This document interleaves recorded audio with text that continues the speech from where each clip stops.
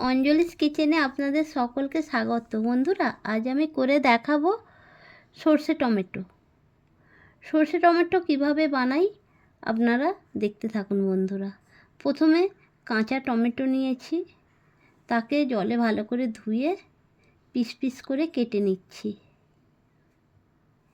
এইভাবে সমস্ত টমেটোগুলোকে কেটে নিলাম।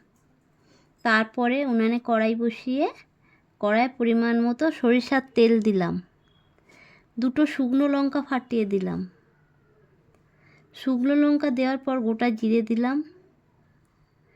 গোটা জিরে দেওয়ার পর ধুয়ে রাখা কাঁচা টমেটো টুকরোগুলো ওই তেলের মধ্যে দিয়ে দিলাম।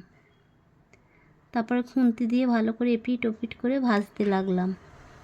দিয়ে দিলাম পরিমাণ মতো লবণ।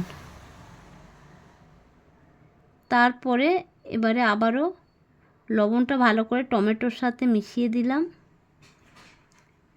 এইভাবে তারপরে একটা ঢাকনা দিয়ে ঢেকে দিলাম।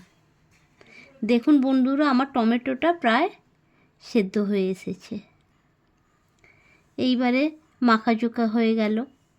এরপরে দিয়ে দিলাম আমি সর্ষে, কাঁচা লঙ্কা, লবণ দিয়ে যে বেটে রেখেছিলাম, সেই সর্ষে, কাঁচা লঙ্কা, লবণ দিয়ে বাটা সর্ষেটা দিয়ে তারপরে নামানোর আগে আগে বন্ধুরা কাঁচা সরিষার তেল দিয়ে দিলাম। আর শেষে একটু ধনিয়া পাতা কুচি ছড়িয়ে দিলাম। বাস হয়ে গেল আমার সর্ষে টমেটো। দেখুন বন্ধুরা, কত সুস্বাদু স্বাদের টমেটো সর্ষে।